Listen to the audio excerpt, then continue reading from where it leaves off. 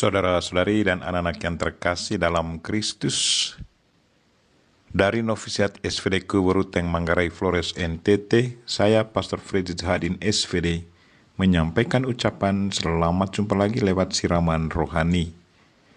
Hari ini Minggu 31 Januari 2021. Injil hari ini diambil dari Markus bab 1 ayat 21 sampai 28. Kita diingatkan bahwa Yesus Kristus selalu mengajar kita dengan penuh kuasa. Marilah kita berdoa memohon penerangan Roh Kudus. Dalam nama Bapa dan Putra dan Roh Kudus. Amin. Tuhan dan Allah kami, puji dan syukur kami haturkan kepadamu karena Engkau selalu mengajar kami dengan penuh kuasa.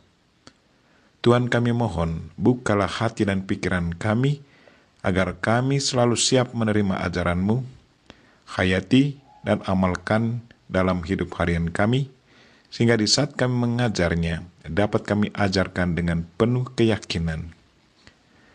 Tuhan, utuslah Roh Kudus-Mu, terangilah pikiran dan hati kami, agar sabda-Mu yang akan kami dengar dapat kami pahami dengan baik, dan isi pesan-Mu dapat kami hayati dan amalkan dalam hidup harian kami.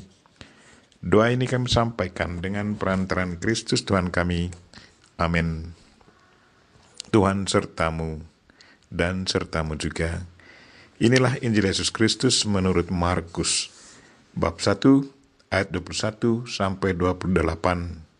Dimuliakanlah Tuhan. Pada awal karyanya, Yesus beserta murid-muridnya tiba di Kapernaum. Setelah hari Sabat mulai, Yesus masuk ke dalam rumah ibadat dan mengajar. Orang-orang takjub mendengar pengajarannya, sebab ia mengajar mereka sebagai orang yang berkuasa, tidak seperti ahli-ahli Taurat. Pada waktu itu, di dalam rumah ibadat itu ada seorang yang kerasukan roh jahat. Orang itu berteriak, "Apa urusanmu dengan kami, hai Yesus orang Nazaret? Engkau datang hendak membinasakan kami. Aku tahu siapa engkau, yakni yang kudus dari Allah."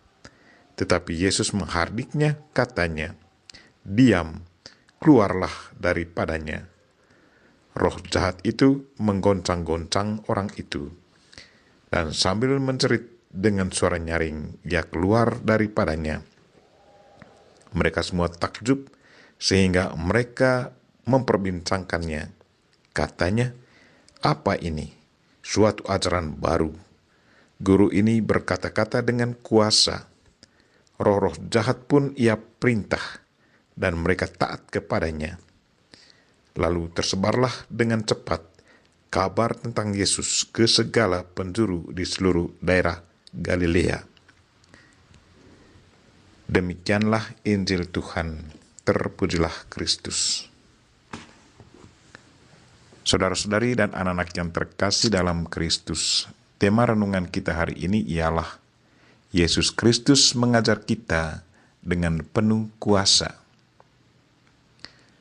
Saya yakin kita semua mengalami bahwa kalau kita sungguh tahu apa yang hendak kita sampaikan atau ajarkan kepada orang lain, maka dalam menyampaikan atau menyajikannya, kita akan dengan mudah meyakinkan para pendengar.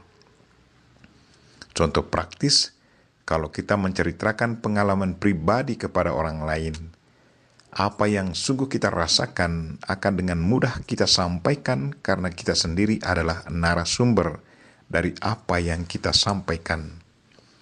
Tetapi sebaliknya, kalau kita tidak terlalu tahu apa yang hendak kita sampaikan kepada orang lain, maka pada waktu kita menyampaikannya juga kita merasa kurang yakin, karena kita bukanlah narasumber dari apa yang kita sampaikan.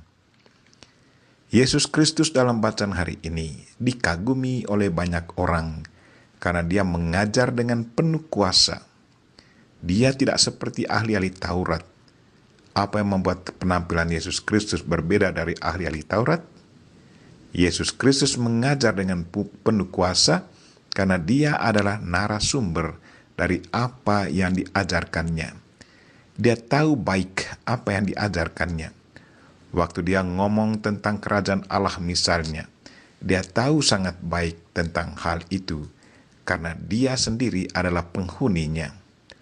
Waktu dia ngomong tentang Bapa, dia tahu sangat baik karena dia sendiri hidup bersama Bapa sejak dari awal mula.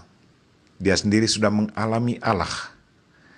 Dia bukannya belajar dari siapa-siapa, tetapi dia sendiri mengalaminya sendiri, siapa Allah Bapa baginya. Pengalaman pribadi, hidup bersama Bapa sudah menjadi bagian dari dirinya.